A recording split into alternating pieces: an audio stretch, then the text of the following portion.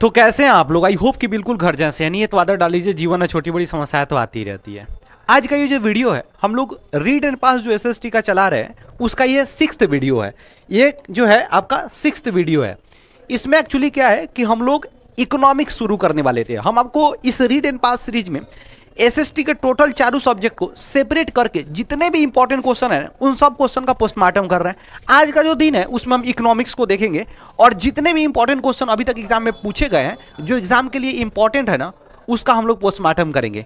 तो चलिए बिना किसी समय गंवाए मिलके मचाते हैं बवाल विद बहुत सारा सवाल। पहला क्वेश्चन जो हम लोग का आएगा वो हम लोग देखते हैं। थोड़ा सा इंपॉर्टेंट क्वेश्चन है। जितने भी क्वेश्चंस हम आपको इसमें बताएंगे वो सारा का सारा इंपॉर्टेंट है। जो यहां पर हम उसके रिलेटेड क्वेश्चंस भी बताएंगे वो भी दिमाग में रखिएगा, क्योंकि हमको पता है क्वेश्चन कहां से एग्जाम में डाला जा सकता है। इसीलिए जो भी बात को पढ़िए ना कहीं कॉपी में एक जगह नोट कर लो यार, ठीक है ना। इस तरह टाइम पास करने से कोई फायदा नहीं है। कॉपी पेन लेके बैठो, थोड़ा सा नोट कर लो, ठीक है ना। उसका क्या हो जाएगा, आपका जो टाइम है ना कहीं मीनिंगफुल हो जाएगा, ठीक है ना। वो फायदे के लिए आपके हो जाएंगे। तो पहला क्वेश्चन क्या कर रहा है मेरे भाई, पहला क्वेश्चन कह रहा है क्या, भारत में योजना आयोग का गठन कब किया गया था? देखिए, जब भारत 1947 ईस्वी में जब आज़ाद हुआ ना, तो भारत का इकोनॉमिक कंडीशन बड़ा खराब था। और जाहिर सी बात है कि जब भी आप कंडीशन को सुधारना चाहते हैं, किसी भी कंडीशन को, तो उसमें आपको योजना बनाना बड़ी जरूरी है। जैसे मान लीजिए सपोज आप एक स्टूडेंट हैं और आप कमज़ोर हैं, तो आपको अच्छा बनने के लिए सबसे पहले प्लानिंग करना होगा। हमें कब पढ़ना चाहिए, कैसे पढ़ना चाहिए, कौन सब्जेक्ट कितना पढ़ना चाहिए, कौन सा बुक पढ़ना चाहिए, ये सब प्लानिंग है। बात समझे कि नहीं? तो फिर ये प्लानिंग कौन करेगा? या तो जो काम को करने वाला है वो खुद करेगा, या फिर उसके एक्सपर्ट आपको सुझाव देंगे कि भाई ऐसे करो। उसी तरह मेरे भाई, हमारे देश में अपने इकोनॉमी को सुधारने के लिए, अपने अर्थव्यवस्था को सुधारने के लिए योजना आयोग का गठन किया गया था 15 मार्च 1950 ईस्वी को, ठीक है ना। 15 मार्च 1950 को योजना आयोग का गठन किया गया, ठीक है ना। इसका काम यही था, अर्थव्यवस्था से संबंधित सुझाव देना, कैसे देश की अर्थव्यवस्था को अच्छा किया जा सकता है, कैसे देश की अर्थव्यवस्था को और विकसित किया जा सकता है, बेरोजगारी खत्म किया जा सकता है, गरीबी खत्म किया जा सकता है, यही इसका काम था। बात समझे कि नहीं? तो ये 15 मार्च 1950 को। अब इसका अध्यक्ष पूछता है एग्जाम में कि इसका अध्यक्ष, योजना आयोग का अध्यक्ष कौन होता था? तो याद रखिएगा, प्रधानमंत्री। कौन होता है? प्रधानमंत्री। प्रधानमंत्री। योजना आयोग का अध्यक्ष कौन? प्रधानमंत्री। तो इसीलिए आप ध्यान दीजिए, ये 15 मार्च 1950 को हुआ था योजना आयोग का गठन। तो इसका मतलब सिंपल ये है कि इसका प्रथम अध्यक्ष कौन बनेंगे? पंडित जवाहरलाल नेहरू। पंडित जवाहरलाल नेहरू। जवाहरलाल नेहरू। पंडित जवाहरलाल नेहरू। ध्यान में रखिएगा, योजना आयोग का प्रथम अध्यक्ष कौन बने? पंडित जवाहरलाल नेहरू। कई बार एग्जाम में क्वेश्चन आया हुआ है। योजना आयोग का गठन कब हुआ? 15 मार्च 1950 ईस्वी को। लेकिन ध्यान दीजिएगा, जब मोदी जी आए जीत करके 2014 में, तो उन्होंने इसमें कुछ कमी को देखा और मोदी जी ने, उनके टीम ने यह सोचा कि इसको कुछ हम लोग इसमें सुधार करके कुछ नया बनाते हैं इसके स्ट्रक्चर में, क्योंकि राज्यों का भागीदारी इसमें बहुत कम होता है। पूरा समय नहीं है कि हम आपको समझा पाए, इसीलिए दिमाग में रखिएगा कि योजना आयोग को भंग कर दिया गया। भंग करके नीति आयोग बनाया गया। क्या बनाया गया मेरे भाई? नीति आयोग। क्या बनाया गया? नीति आयोग बनाया गया। आयोग बनाया गया। क्या बनाया गया? नीति आयोग बनाया गया। कहेगा नीति आयोग का गठन कब हुआ था? तो याद रखिएगा 1 जनवरी 2015 ईस्वी को। नीति आयोग का गठन कब हुआ? तो 1 जनवरी 2015 ईस्वी को, ठीक है ना। फिर अब जब योजना आयोग का अध्यक्ष प्रधानमंत्री, तो इसका भी तो अध्यक्ष प्रधानमंत्री होगा, क्योंकि काम तो वही है, सारा चीज तो यही है। तो इसीलिए नीति आयोग का अगर अध्यक्ष कहा जाएगा तो प्रधानमंत्री होता है। लेकिन 2015 में हुआ था, तो इसका प्रथम अध्यक्ष कौन होंगे? नरेंद्र मोदी, ठीक है ना, क्योंकि 2015 में प्रधानमंत्री हमारे नरेंद्र मोदी थे, ठीक है ना। तो ये आप थोड़ा सा क्वेश्चन जो है इंपॉर्टेंट है, याद रखिएगा एकदम बवाल तरीका से, ठीक है ना। नेक्स्ट हम अभी से रिलेटेड क्वेश्चन थोड़ा सा हम आगे चलते हैं और देखते हैं, थोड़ा समझते हैं। देखिए क्वेश्चन समझिएगा, क्या कह रहा है? कह रहा है कि भारत की आर्थिक व्यवस्था कैसी है। देखिए, अर्थव्यवस्था जो होता है ना, वो 3 तरह का होता है। अर्थव्यवस्था कितने तरह का होता है? 3 तरह का होता है। एक को बोलते हैं हम लोग पूंजीवादी अर्थव्यवस्था, एक को बोलते हैं हम लोग पूंजीवादी अर्थव्यवस्था, मेरे भाई ध्यान में रखना, इसी को कहते हैं कैपिटलिस्ट इकोनॉमी।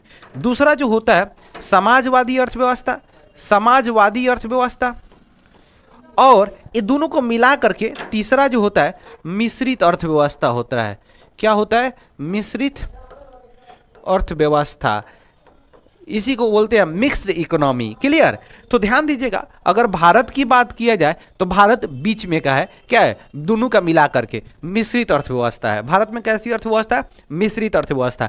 अगर पूंजीवादी की बात किया जाए तो यूएसए अमेरिका में हो जाएगा, जापान में हो जाएगा, ठीक है ना। इसकी बात किया जाए तो चाइना में हो जाएगा, ठीक है ना। तो ये आप ध्यान में रखिएगा, मेजरली इसका एग्जाम में पूछ देता है, ठीक है ना, ध्यान में रखिएगा, ठीक है ना। तो हमारे यहाँ क्या है? मिश्रित अर्थव्यवस्था है। नेक्स्ट हम लोग देखते हैं, चीजों को समझते हैं थोड़ा सा अच्छे से। अगला क्वेश्चन देखिएगा क्या कह रहा है।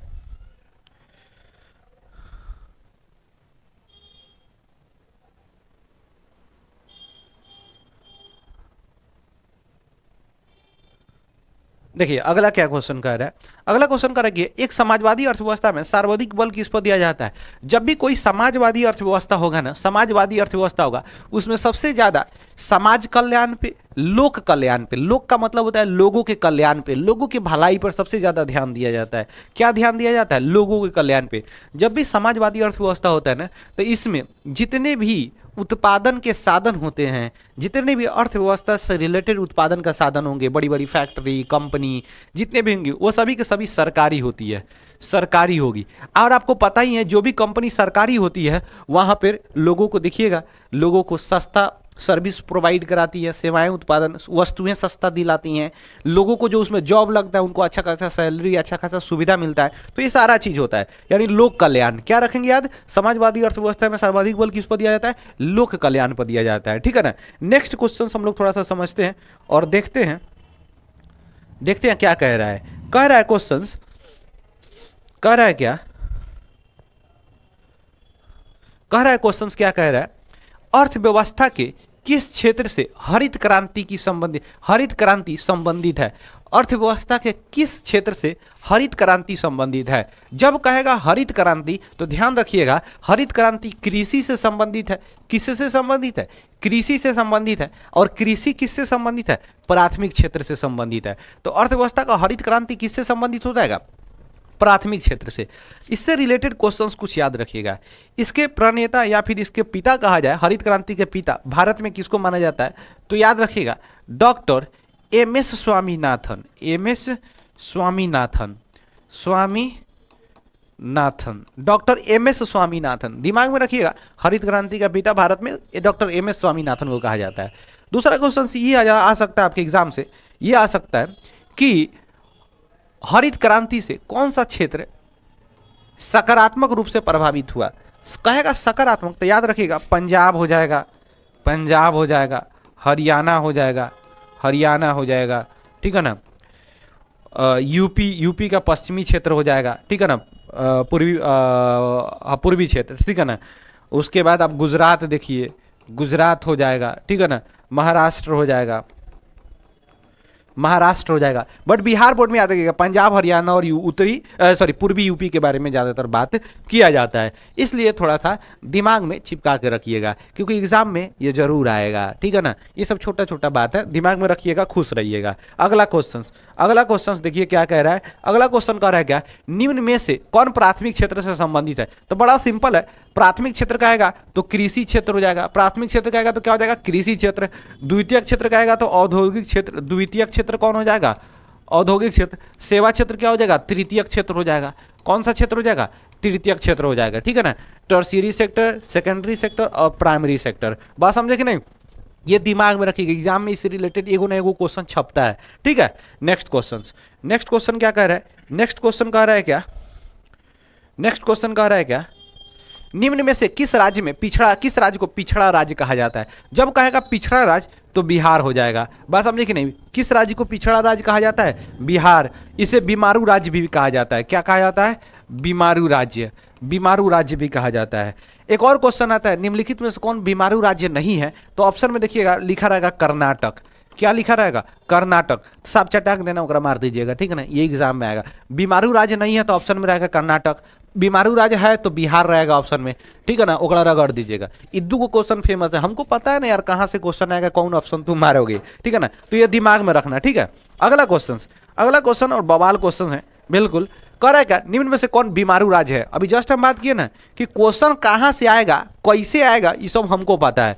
तो निम्नलिखित में से कौन बीमारू राज्य है, तो है पूछेगा तो क्या हो जाएगा बिहार, नहीं है तो तीनों, ठीक है ना, ये दिमाग में रखिएगा, कई बार एग्जाम में पूछा हुआ है। अगला क्वेश्चन देखिए, अगला क्वेश्चन क्या कह रहा है, कह रहा है क्या, योजना आयोग को भंग कर कौन सा आयोग बनाया गया। अभी जस्ट बताएं कि योजना आयोग को भंग कर दिया गया था, मोदी जी कर दिए, और 1 जनवरी 2015 को क्या बनाया गया, नीति आयोग बनाया गया, नीति आयोग बनाया गया था।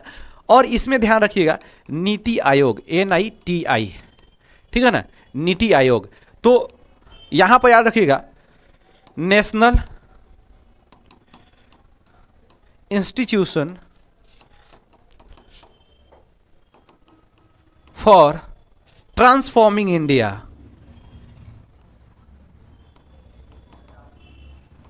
ट्रांसफॉर्मिंग इंडिया इसका फुल फॉर्म होता है, ठीक है ना। नीति आयोग का फुल फॉर्म क्या हो जाएगा, तो national institution for transforming India, ठीक है ना। ये ध्यान दिमाग में रखिएगा। कब बनाया गया, 1 जनवरी 2015 को। प्रथम अध्यक्ष तो नरेंद्र मोदी। बात समझे कि नहीं। किस आयोग को भंग करके बनाया गया, तो योजना आयोग को बनाया गया। ये सब क्वेश्चन कहां कहां से घुमा कर रख देगा ना, तो ये तुम जब समझोगे अच्छे से ना तब क्लियर कर पाओगे, ठीक है ना। आई होप कि ये बात तुम्हें समझ आ रहा होगा, ठीक है। नेक्स्ट चीज को देखते हैं, समझते हैं बवाल तरीका से। अगला क्वेश्चन देखिएगा, कह रहा है क्या, राष्ट्रीय विकास परिषद का गठन कब किया गया था। तो देखिए राष्ट्रीय विकास परिषद का गठन 6 अगस्त 1922 ईस्वी को किया गया, ठीक है ना। ये दिमाग लगाया गया यहाँ पे कि जो बेसिकली प्लानिंग कमीशन था, योजना आयोग था ना, 1950 में तो बना, लेकिन सभी राज्यों का जो हो ना, सभी राज्यों से वहाँ पर आप कहे तो एक तरह से उनसे पास नहीं, मतलब सभी राज्यों के सामने ये जो योजना तैयार करके रखा जा रहा था उनके सामने प्रस्तुत नहीं हो पा रहा था कि अब एक्चुअल में किस राज्य का प्रॉब्लम क्या है। जैसे सपोज मान लो कि प्लानिंग कमीशन ने योजना बनाया, ठीक है ना, कि हाँ हमें गरीबी खत्म करना है, बेरोजगारी खत्म करना है, यहाँ पर इस क्षेत्र में कृषि खत्म करना है, ये सारा चीज किया, ठीक है ना। और पता चले कि गुजरात में कोई और प्रॉब्लम है, ठीक है ना, तो फिर गुजरात में कोई और प्रॉब्लम हो, उसका क्या कैसे होगा। तो इसीलिए क्या किया गया, राष्ट्रीय विकास परिषद का गठन किया गया और जितने भी सभी राज्य हैं, सभी राज्य के मुख्यमंत्री और भी नेता जो इंपॉर्टेंट थे उनको वहां पे रखा जाएगा, मेजरली मुख्यमंत्री आप याद रखिएगा। और जब भी योजना आयोग ने जो प्लान बनाएगा, जो भी अपना एक लिस्ट तैयार करेगा, उसको सभी के द्वारा, बात समझे कि नहीं, उसको पढ़वाया जाएगा, पास करवाया जाएगा। बात समझे कि नहीं। सारे लोग देखेंगे, समझेंगे, जिनको कुछ जरूरत होगा कुछ बोलने का, उसमें करेक्शन कराने का तो बोलेंगे, अदरवाइज वो पास कराया जाएगा। यानी अब सभी के द्वारा पूछा जाएगा, देख भाई ये योजना तैयार की है, सही है कि नहीं है। बात समझे कि नहीं। अभी टाइम कम है, इसीलिए हम इस चीज को थोड़ा सा दिमाग में जरूर रखिएगा। राष्ट्रीय विकास परिषद केवल तो 1952 में, ठीक है ना, ये दिमाग में रखिएगा। नेक्स्ट क्वेश्चन हम लोग समझते हैं, और क्या है, कह रहा है क्या, किस देश की राष्ट्रीय आय प्रति व्यक्ति आय, कि जिस देश की राष्ट्रीय आय प्रति व्यक्ति आय अधिक होती है वो देश क्या कहलाती है, विकसित देश कहलाती है, और जिसका कम होगा क्या कहलाएगा, अर्ध विकसित यानी अविकसित देश कहलाएगा। अगला क्वेश्चन देखते हैं, बड़े आसान क्वेश्चन आपको आ जाएगा, ठीक है ना। देखिएगा, कह रहा है क्या, भारत में नीति आयोग का स्थापना कब हुआ था, 1 जनवरी, सॉरी देखो कितना गलती से मार रहे हैं एकदम, 1 जनवरी 2015 को, 1 जनवरी 2015 को, किसके द्वारा, नरेंद्र मोदी के द्वारा, ठीक है ना। अब नरेंद्र मोदी इसके प्रथम क्या थे, इसके प्रथम अध्यक्ष बने हुए थे, ठीक है ना। अगला क्वेश्चन देखते हैं, क्या कह रहा है, किस क्षेत्र को द्वितीयक क्षेत्र कहा जाता है, तो उद्योग क्षेत्र को द्वितीयक क्षेत्र कहा जाता है, सेवा क्षेत्र को तृतीयक, कृषि क्षेत्र को प्राथमिक क्षेत्र कहा जाता है, दिमाग में रखना। अगला क्वेश्चन कह रहा है कि निम्नलिखित में से कौन सा देश में मिश्रित अर्थव्यवस्था है, तो भारत में है। कई बार एग्जाम में क्वेश्चन पूछा हुआ है। चीन में कौन सा है, समाजवादी। अमेरिका में कौन सा है मेरे भाई, अमेरिका में हो जाएगा पूंजीवादी। अगला क्वेश्चन देखते हैं क्या कह रहा है। अगला क्वेश्चन कह रहा है क्या, भारत में सेवा क्षेत्र को सामान्यतः कितने भागों में बांटा गया है। देखिए भारत में जो सेवा क्षेत्र को 2 भागों में बांटा गया है, एगो सरकारी सेवा क्षेत्र और एगो गैर सरकारी सेवा क्षेत्र, एगो सरकारी सेवा क्षेत्र, एगो गैर सरकारी सेवा क्षेत्र। एग्जाम में आया हुआ क्वेश्चन है, इसीलिए दिमाग में चिपका के रखिएगा। अगला क्वेश्चन कह रहा है क्या, समाजवादी, क्वेश्चन क्या कर रहा है कि समाजवादी अर्थव्यवस्था का गुण है, समाजवादी अर्थव्यवस्था का गुण क्या हो जाएगा, समाजवादी अर्थव्यवस्था का गुण क्या हो जाएगा, सामाजिक कल्याण। हम आपको बताए थे ना कि समाजवादी अर्थव्यवस्था में सबसे बड़ा चीज क्या होता है कि वहां पर समाज के कल्याण पर, लोगों के कल्याण पर ध्यान दिया जाता है, जबकि पूंजीवादी अर्थव्यवस्था में निजी कल्याण पर यानी निजी लाभों को बढ़ाने के लिए अपने पूंजी को बढ़ाने पर ध्यान दिया जाता है, ठीक है ना, लाभ को बढ़ाने पर ध्यान दिया जाता है, ठीक है ना। वो ध्यान रख, जैसे मान लीजिए एक सरकारी कंपनी है, सरकारी कंपनी क्या करेगा, समाज के हिसाब से काम करेगा, मिनिमम चीज़ों को प्राइस रखेगा, मिनिमम चीज़ों का और अच्छा सर्विस देगा, ठीक है ना। लेकिन वही एक प्राइवेट कंपनी है, ठीक है ना। प्राइवेट कंपनी क्या होता है, देखते हैं ना, अपने हिसाब से रखता है, ठीक है ना। वो गरीबी का ध्यान नहीं रखता है, वो अपने हिसाब से प्रॉफिट अपना सोच समझ के रखेगा, ज़्यादा से ज़्यादा उसको प्रॉफिट होना चाहिए, ठीक है ना। तो वो दिमाग में रखिएगा। अगला क्वेश्चन क्या कर रहा है, अगला क्वेश्चन कह रहा है क्या, क्वेश्चन कह रहा है कि प्रथम राष्ट्रीय मानव विकास रिपोर्ट किस प्रधानमंत्री कार्यकाल में हुआ था। 2002 में हुआ था, 2002 में हुआ था अटल बिहारी वाजपेयी के समय में, जिसमें बीमारू राज्य घोषित किया गया था। बात समझे कि नहीं, जिसमें बिहार शामिल था, ठीक है ना। बिहार, उत्तर प्रदेश, मध्य प्रदेश, राजस्थान, ठीक है ना। वो दिमाग में रखिएगा। हालांकि बहुत जगह पर उड़ीसा भी आपको देखने को मिल जाएगा, ठीक है ना। नेक्स्ट क्वेश्चन थोड़ा समझते हैं क्या है। देखिए, कर भारत में राष्ट्रीय आय की गणना कौन करता है, तो केंद्रीय सांख्यिकी संगठन। इसका स्थापना 1954 ईस्वी में किया गया था। कई बार एग्जाम में पूछा जा चुका है, CSO, सेंट्रल स्टैटिस्टिकल ऑर्गेनाइजेशन, ठीक है ना। नेक्स्ट क्वेश्चन समझिएगा, कर है क्या, कर है भारत की राष्ट्रीय आय का सर्वप्रथम अनुमान किसने लगाया था। तो याद रखिएगा, दादा भाई नौरोजी के द्वारा पहली बार जो है भारत के राष्ट्रीय आय का अनुमान लगाया गया था। वो कितना लगाया गया था, 20 रुपया। कितना रुपया लगाया गया था, 20 रुपया लगाया गया था। और इस चीज में थोड़ा सा और ध्यान रखिएगा कि ये पहली बार राष्ट्रीय आय का जो डिस्क्रिप्शन है लिखा, मतलब इसका जो बेसिकली विवरण है, कहाँ किया गया था, तो दादा भाई नौरोजी ने अपना एक बुक लिखा हुआ था, 1867 में ये प्रकाशित हुआ था, जिसका नाम था poverty and un British rule in India. इसी बुक में दादा भाई नौरोजी ने ये डिस्क्राइब किया हुआ था कि भारत की प्रति व्यक्ति आय 20 रुपया है, ठीक है ना। वो दिमाग में आप रखिएगा। नेक्स्ट क्वेश्चन देखते हैं, समझते हैं थोड़ा क्या कह रहा है। करा क्या, भारत के किस राज्य की प्रति व्यक्ति आय सर्वाधिक है। अगर कहेगा सबसे ज्यादा प्रति व्यक्ति आय, तो याद रखिएगा गोवा का सबसे ज्यादा प्रति व्यक्ति आय है, ठीक है ना। सबसे कम कहेगा तो कम किसका हो जाएगा, बिहार का, ठीक है ना। और बिहार से रिलेटेड दो क्वेश्चन पूछता है कि बिहार में किस जिला का प्रति व्यक्ति आय, जिला पूछेगा। अगर पूछ दिया जिला का प्रति व्यक्ति आय अधिक, अगर अधिक पूछ रहा है तो अधिक याद रखिएगा पटना। अगर कम पूछ दिया, कम सबसे ज्यादा किसका है, तो याद रखिएगा शिवहर। ये दो क्वेश्चन याद रखिएगा कि भारत में सबसे अधिक प्रति व्यक्ति आए तो राज्य के बारे में पूछा जाएगा गोवा, कम तो बिहार में सबसे ज्यादा जिला में कौन है, तो पटना, सबसे कम कौन है, तो शिवहर है। ये दिमाग में बैठा के रखिएगा, ठीक है ना। ये नेक्स्ट क्वेश्चन हम लोग देखते हैं, समझते हैं थोड़ा सा क्या कह रहा है क्या कि भारत में वित्तीय वर्ष होता है। भारत का वित्तीय वर्ष जो बेसिकली होता है, याद रखिएगा 1 अप्रैल से 31 मार्च तक क्या होता है, 1 अप्रैल से 31 मार्च तक फिनेंशियल ईयर होता है, ठीक है ना। एग्जाम में ये आता है क्वेश्चन। अगला क्वेश्चन समझिए, अगला क्वेश्चन देखिए क्या कर रहा है। भारत के प्रति व्यक्ति आय सबसे कम किस राज्य का है, तो सबसे कम अभी तो जस्ट हम लोग चर्चा किए बिहार का है, ठीक है ना। नेक्स्ट क्वेश्चन हम लोग देखते हैं और समझते हैं क्या कह रहा है। क्या है, कह रहा है क्या, सन 2008-9 के अनुसार भारत का औसत प्रति व्यक्ति आय क्या था, तो याद रखिएगा 25,494 रुपया, 25,494 रुपया। नेक्स्ट क्वेश्चन देखते हैं, नेक्स्ट क्वेश्चन समझिए क्या कह रहा है। नेक्स्ट क्वेश्चन कह रहा है क्या कि केंद्रीय सांख्यिकी संगठन की स्थापना कब हुई थी। अभी जस्ट हम बताए थे, उसी समय पहले वीडियो में बता दिए थे, 1994 ईस्वी में, सॉरी 54 ईस्वी में, ठीक है ना। नेक्स्ट क्वेश्चन हम लोग चीजों को देखते हैं, समझते हैं क्या कह रहा है। कह रहा है क्या, साख का आधार क्या होता है, तो साख का आधार होता है विश्वास। साख का क्या आधार होता है, विश्वास। साख का क्या आधार होता है, क्रेडिट का क्या आधार होता है, विश्वास। जब तक आप पर कोई विश्वास नहीं करेगा तब तक आपको कोई उधार नहीं दे सकता है, क्रेडिट नहीं दे सकता है, ठीक है ना। नेक्स्ट क्वेश्चन हम लोग देखते हैं, समझते हैं क्या कह रहा है। कह रहा है क्या, विकसित देशों की आय में वृद्धि के लिए किस शब्द का प्रयोग किया जाता है। जब कोई देश विकसित हो गया है तो उसके लिए वृद्धि शब्द का प्रयोग जो है ना, आर्थिक वृद्धि के लिए किया जाता है, आर्थिक वृद्धि के लिए। और जब अविकसित देश है तो उसके लिए आर्थिक विकास के लिए, विकास शब्द का ये होता है आर्थिक विकास अविकसित देशों के लिए, विकसित देशों के लिए। बात समझ रखिए, अविकसित देशों के लिए, जबकि ये होता है विकसित देशों के लिए, ठीक है ना। ये क्या किसका होता है, विकसित देशों के लिए होता है, ठीक है। ये दिमाग में आप बैठा के रखिएगा।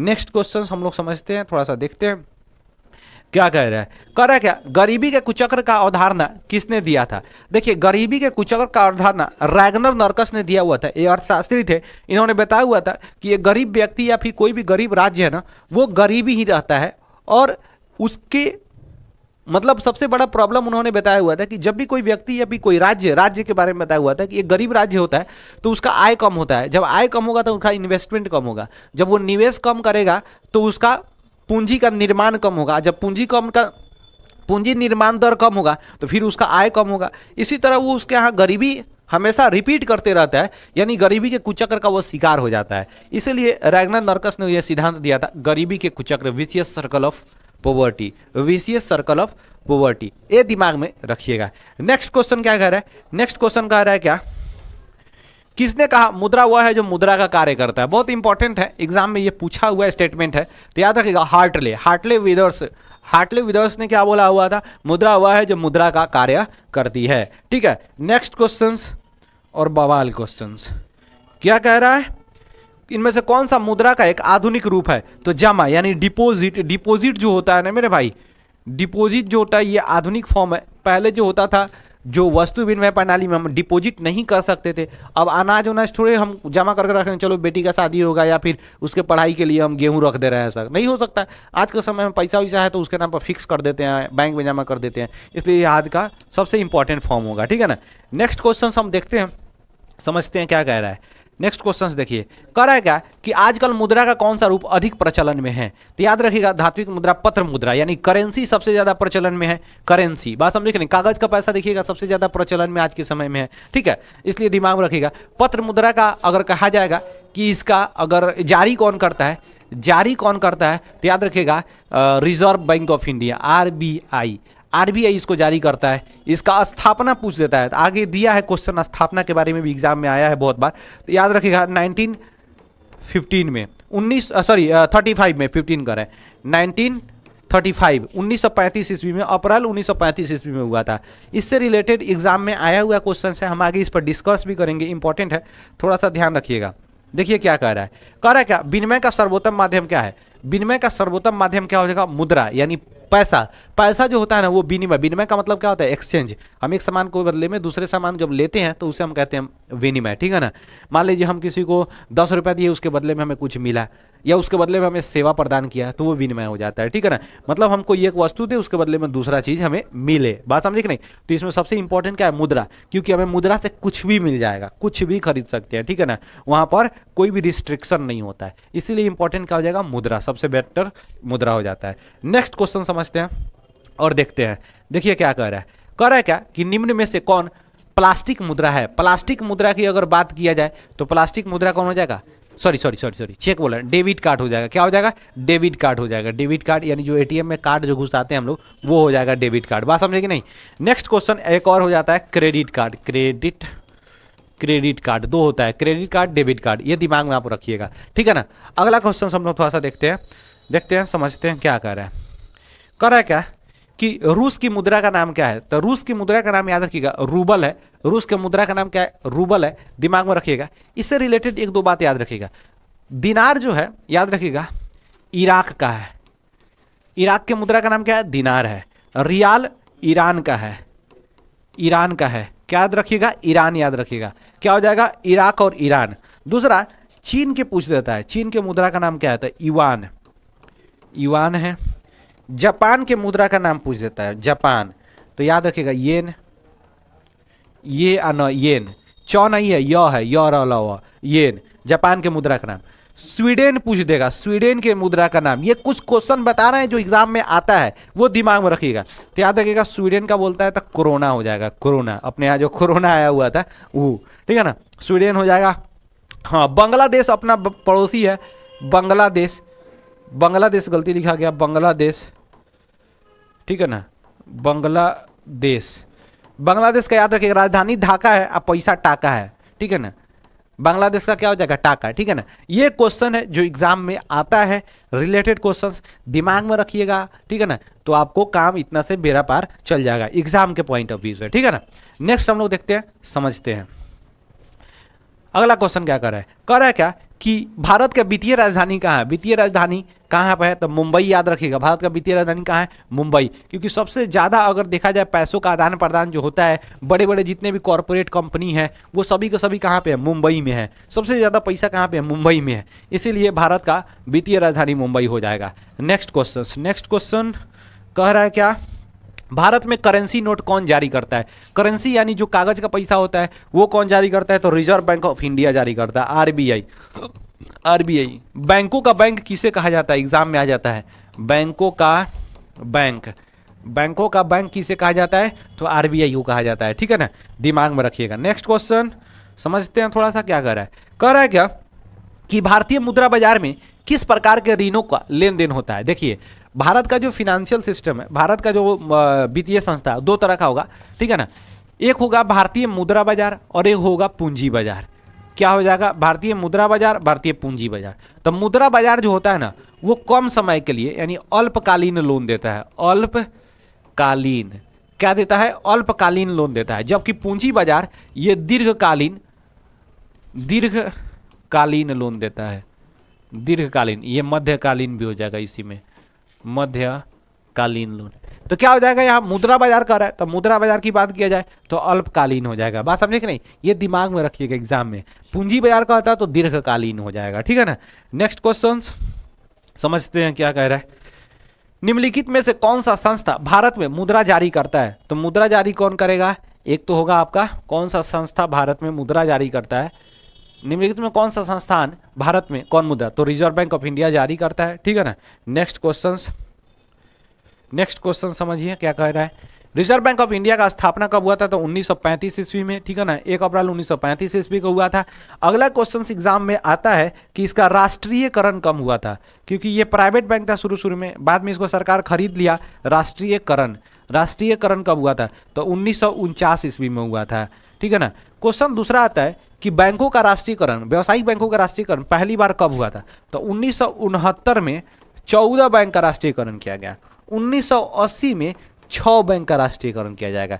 तो ऑप्शन याद रखिएगा, 1969 में बैंकों का, व्यावसायिक बैंकों का राष्ट्रीयकरण किया गया। कितने बैंकों का था? 14 बैंकों का।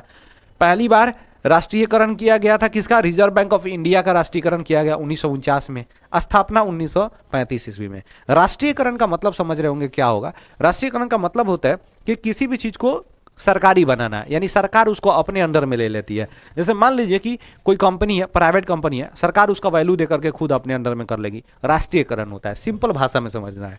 नेक्स्ट क्वेश्चन समझिए क्या कह रहा है। भारत का केंद्रीय बैंक कौन है? तो केंद्रीय बैंक अगर कहेगा तो याद रखिएगा रिजर्व बैंक ऑफ इंडिया हो जाएगा। केंद्रीय बैंक कहेगा तो रिजर्व बैंक ऑफ इंडिया। जबकि है ये क्या है? व्यवसायिक बैंक है, व्यवसायिक बैंक है, ये कमर्शियल बैंक है। कहेगा क्वेश्चन भारत में सबसे बड़ा व्यवसायिक बैंक कौन होगा? तो याद किसको रखना है आपको? स्टेट बैंक ऑफ इंडिया को। स्टेट बैंक ऑफ इंडिया को दिमाग में रखना है। रिजर्व बैंक ऑफ इंडिया क्या है? एक केंद्रीय बैंक है, ठीक है, दिमाग में रखिएगा। अगला क्वेश्चन समझिए क्या कह रहा है।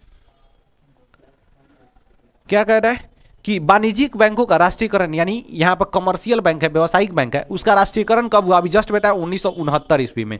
कितने बैंकों का? तो 14 बैंकों का, ठीक है ना। ये दिमाग में रखना है, हमेशा एग्जाम में आता है। फिर दूसरा हुआ था 1980 में। कितने बैंकों का? तो 6 बैंकों का। आरबीआई का राष्ट्रीयकरण 1949 ईस्वी में, ठीक है ना, दिमाग में रखिएगा। अगला क्वेश्चन देखिए क्या कह रहा है। करेगा भारत में सहकारिता आंदोलन कब प्रारंभ हुआ? 1904 ईस्वी में, ठीक है ना। भारत में सहकारिता आंदोलन कब प्रारंभ हुआ? 1904 ईस्वी में। अगला क्वेश्चन देखिएगा, समझिएगा क्या कह रहा है।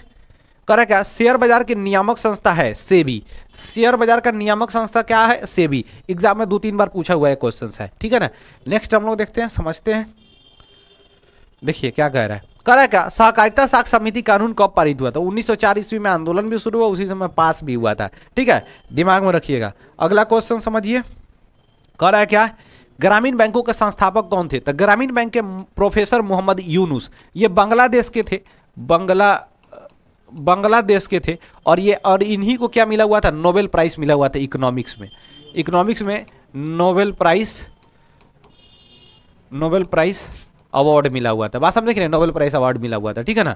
अगला क्वेश्चन नेक्स्ट देखते हैं क्या कह रहा है। कह रहा है क्या कि कृषि तथा ग्रामीण विकास के लिए पुनर्जीवित करने वाले शीर्ष संस्था कौन सी है? तो नाबार्ड। किधर हो गया? नाबार्ड। कौन सी संस्था है? नाबार्ड, ठीक है ना। यानी ग्रामीण जो विकास के लिए कौन सी बैंक जो है पैसा देती है या फिर वो एफर्ट लगाती है, तो यहाँ पे याद रखिएगा नाबार्ड। नेक्स्ट क्वेश्चन हम देखते हैं, समझते हैं क्या कह रहा है। भारत के 1 रुपया का नोट कौन जारी करता है? देखिए, नोट जारी करने के बारे में अगर बात किया जाए तो सिक्का, सिक्का के बाद अगर बात करें तो 1 रुपया का नोट, ये है वित्त मंत्रालय। कौन मंत्रालय? वित्त मंत्रालय। वित्त मंत्रालय पूरा सिक्का, जितना सिक्का होता है वो प्लस 1 रुपया का नोट, वित्त मंत्रालय। बाकी जितना नोट होता है वो सब RBI, reserve bank of India जारी करता है। तो 1 रुपया के बाद किया जाए तो वित्त विभाग यानी वित्त मंत्रालय, ठीक है ना। नेक्स्ट क्वेश्चन समझते हैं। करा क्या, नरेगा कार्यक्रम के नाम से के साथ किस व्यक्ति का नाम जोड़ा गया है? तो याद रखिएगा महात्मा गांधी का नाम जोड़ा गया था 2 अक्टूबर 2009 को। कहेगा क्वेश्चन कि नरेगा यानी नरेगा कब शुरू किया गया था? तो 2006 में। सबसे पहले किस राज्य में? तो मध्य प्रदेश में। मध्य प्रदेश में सबसे पहले किस राज्य में? मध्य प्रदेश में। कब? 2006 में। इसका नाम मनरेगा कब रखा गया? महात्मा गांधी से नाम जोड़ करके, तो 2 अक्टूबर 2009 को गांधी जी के बर्थडे के दिन है, ठीक है ना। नेक्स्ट क्वेश्चंस देखते हैं, थोड़ा समझते हैं। कह रहा है क्या, आर्थिक क्रियाओं का क्या उद्देश्य है? आर्थिक क्रिया का सबसे बड़ा उद्देश्य क्या होता है? जीविकोपार्जन। यानी हम कोई भी काम करते हैं पैसा कमाने के लिए, तो उसका मुख्य उद्देश्य क्या होता है? जीवन चलाना, परिवार चलाना, ठीक है ना, वो होता है। तो जीविकोपार्जन हो जाएगा, ठीक है। नेक्स्ट क्वेश्चन समझते हैं क्या कह रहा है।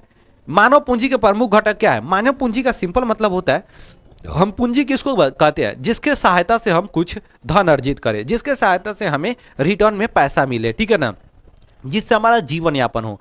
तो वही मानव के लिए पूंजी क्या होगा? तो याद रखिएगा, मानव के लिए पूंजी उसका ज्ञान है, उसका स्किल है, कौशल है, बात समझ गए, उसका अनुभव है। अगर ये सारा चीज रहेगा तो मानव उससे क्या कर सकता है? अपना जीविकोपार्जन का अर्जन कर सकता है। यानी सिंपल मतलब ये हुआ कि उससे पैसा कमाएगा और अपना जीवन चलाएगा। बड़ा सिंपल बात है ना, दिमाग में रखना है, ठीक है ना। नेक्स्ट क्वेश्चन समझते हैं थोड़ा सा और देखते हैं क्या कर रहा है। जवाहर रोजगार योजना, बड़ी सिंपल सवाल है लेकिन एग्जाम में कई बार ये पूछा हुआ सवाल है।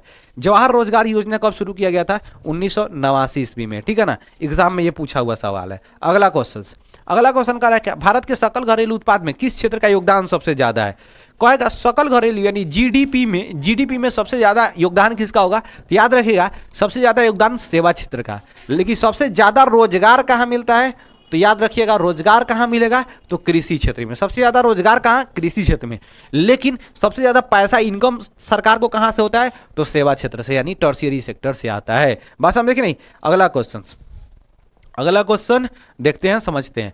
कह रहा है छिपी बेरोजगारी कहाँ होती है? छिपी हुई बेरोजगारी कहाँ होती है? छिपी हुई बेरोजगारी याद रखिए कृषि क्षेत्र में होती है। सबसे पहला छिपी हुई बेरोजगारी क्या होता है? कि वैसी बेरोजगारी सामने से देखने पर लगता है कि हमें काम मिल रहा है या काम है, लेकिन वास्तव में क्या होता है? काम के अभाव में हम किसी अन्य कार्यों में लगे रहते हैं जो हमारे नहीं रहने के बाद भी वो काम हो सकता है। जैसे समझिए क्या होता है, मान लीजिए कि हमारे पास 5 कट्ठा खेत है और हम लोग 5 भाई हैं और किसी भाई के पास कोई दूसरा काम नहीं है, तो हम 5 भाई खेते में लगेंगे, खेते में काम करेंगे। तो लोग अगल बगल के देखेगा, देखना पूरा भाई एकदम बापे बेटा लगल है काम करने में।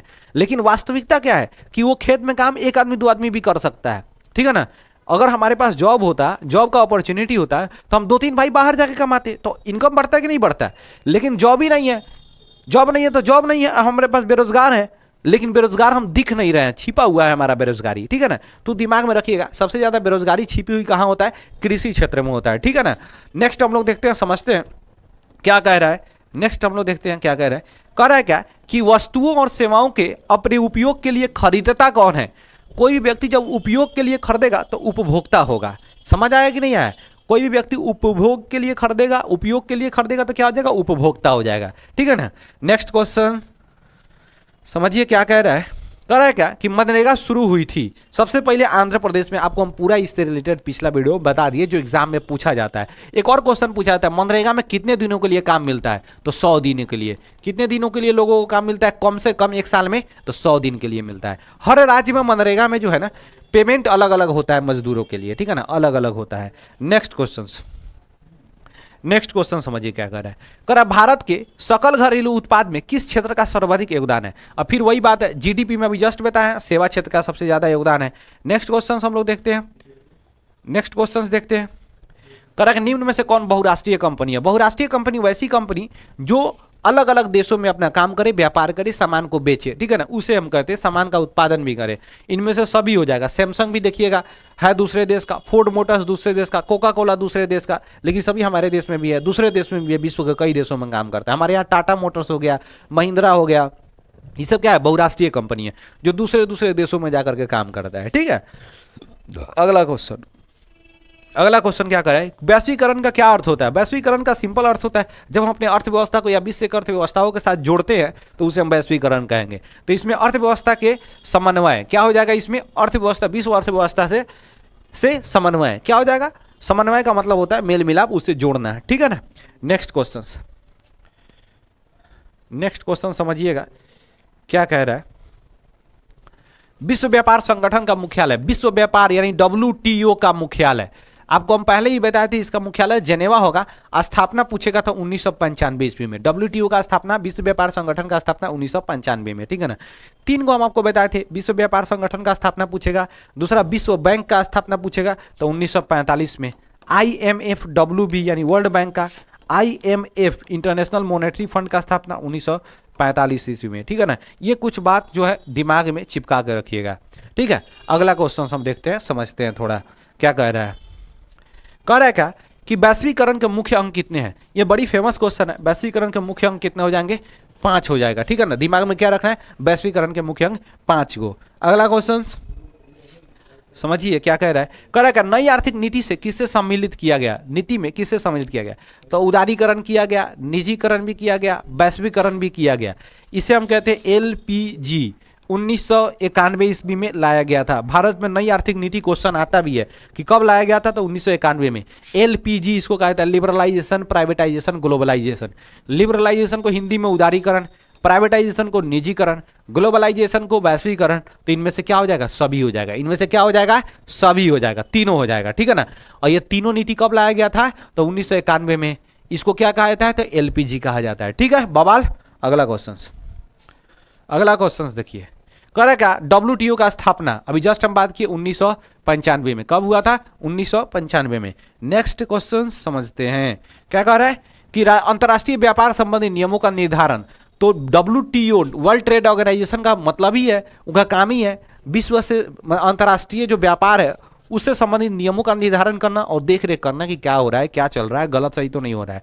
तो क्या हो जाएगा, WTO। तो इनमें से कोई नहीं, क्या हो जाएगा, ऑप्शन उनमें से कोई नहीं, यानी उसका निर्धारण कौन करेगा, वर्ल्ड ट्रेड ऑर्गेनाइजेशन, विश्व, यहां पर देखिएगा वर्ल्ड ट्रेड ऑर्गेनाइजेशन, ठीक है ना।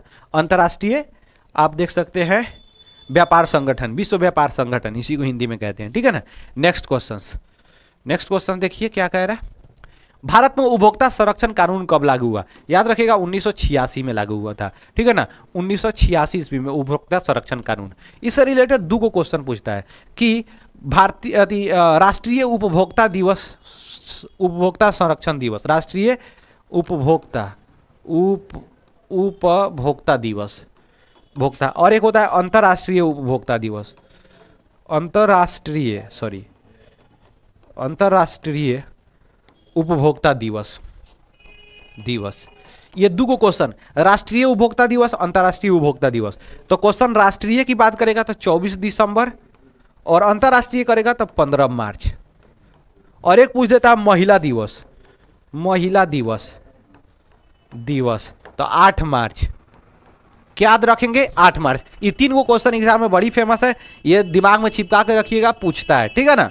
नेक्स्ट क्वेश्चन समझते हैं और देखते हैं क्या कह रहा है कि खाद्य पदार्थों की शुद्धता की जांच के लिए किस मान्यता प्राप्त चिन्ह का, तब खाद्य पदार्थ कहेगा तो याद रखिएगा 1 मार्क, या कृषि पदार्थ कहेगा तो 1 मार्क।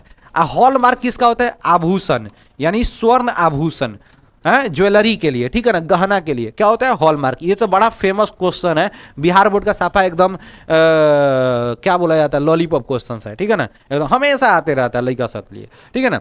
अगला क्वेश्चन देखिए क्या कह रहा है। कह रहा है क्या, उपभोक्ता अधिकार दिवस कब मनाया जाता है, 15 मार्च को। ऑप्शन में कहीं 24 यहाँ पर नहीं दिया हुआ है, 24 दिसंबर, तो 15 मार्च मारिएगा, ठीक है ना। नेक्स्ट क्वेश्चन एंड बवाल क्वेश्चन। उपभोक्ता शिकायत करने के लिए आवेदन कितना लगता है? अगर मान लीजिए आपके साथ कोई धोखाधड़ी हुआ है तो कोई आवेदन नहीं लगता है। क्या होता है, वहां पर अगर किसी को शिकायत कीजिएगा 3 स्तर पर क्या होता है, वहां पर संस्था बनाया गया, जिला फोरम, राष्ट्रीय स्तर पर और राज्य स्तर पर, ठीक है ना। अगर मान लीजिए आपके साथ 1 रुपया से लेके अगर आपको 20 लाख, ठीक है ना, इकाई, दहाई, सैकड़ा, हजार, 10,000, लाख, 10 लाख, 20 लाख तक का अगर, ठीक है ना, 20 लाख तक का अगर आपके साथ कोई स्कैम होता है, धोखाधड़ी होता है, तो आप जिला फोरम में जा सकते हैं। कहां जा सकते हैं? जिला फोरम। अगर 20 लाख से ऊपर और 1 करोड़ से नीचा रहेगा तो राज्य क्या हो जाएगा? राज्य स्तर पर। अगर 1 करोड़ से ऊपर रहेगा तो अब आप राष्ट्रीय स्तर पे जा सकते हो। अर्धन्यायिक व्यवस्था कहा जाता है, अर्धन्यायिक। अगर आप तीनों में से कहीं से अगर आप यहाँ पे सकेठी नहीं है, आप मान लीजिए कि संतुष्ट नहीं है, तब सुप्रीम कोर्ट में भी जा सकते हैं 30 दिन के अंदर अंदर, ठीक है ना, ये दिमाग में रखिएगा। तो आवेदन करने के लिए रुपया कोई नहीं लगता है। नेक्स्ट क्वेश्चन करा क्या? कृषि उत्पाद के मानकीकरण। अब जगह मानकीकरण यानी स्टैंडर्डाइज, उसको स्टैंडर्ड जानने के लिए क्या होता है? 1 मार्क। कृषि मार्क के लिए 1 मार्क। अभी जस्ट बताएं आपको, सब बता दिए, समझा दिए। नेक्स्ट क्वेश्चन समझिए, करा क्या? स्वर्ण आभूषण के लिए हॉलमार्क, आपको पहले ही बता दिए। क्या क्वेश्चन आएगा सारा बात आपको बता दिए, दिमाग में रखिए, उस चीज को याद रखिए। अगला क्वेश्चन क्या कर रहा है? यदि किसी वस्तु या सेवा का मूल्य 20 लाख से अधिक तथा 1 करोड़ से कम है, तो 20 लाख से अधिक है, 1 करोड़ से कम है, तो कहां जाएंगे आप? राज्य आयोग में। कहां जाएंगे? राज्य आयोग में। 1 करोड़ से ऊपर तो राष्ट्रीय, 1 CR यानी 1 करोड़ से ऊपर है तो यहां पर, और 20 लाख से अगर नीचे है तो कहां जाएंगे आप? जिला फोरम में। कोई दिक्कत नहीं, समझ आ रहा है? नेक्स्ट देखिए, अब भाई साहब यहां पर नेक्स्ट हम लोग का अब आ गया ज्योग्राफी। क्या आ गया? ज्योग्राफी आ गया, ठीक है ना। अब आ गया हम लोगों के साथ ज्योग्राफी। इतना तक हम लोगों ने इकोनॉमी को देखा, कंप्लीट किया। नेक्स्ट वीडियो में हम ज्योग्राफी को भी देखेंगे, कंप्लीट करेंगे, ठीक है ना, चीजों को समझेंगे। 68 क्वेश्चंस और उसके साथ और भी हम लोगों ने डिस्कस किया क्वेश्चंस को। उतना क्वेश्चन अगर आप याद कर लेते हैं तो यकीन मानिए बवाल मचा के आएंगे आप एग्जाम में, ठीक है ना। अच्छे से चीजों को कंप्लीट कीजिए, पढ़िए, ठीक है ना। मिलते हैं नेक्स्ट वीडियो में बवाल मचाते हुए, तब तक के लिए जय हिंद।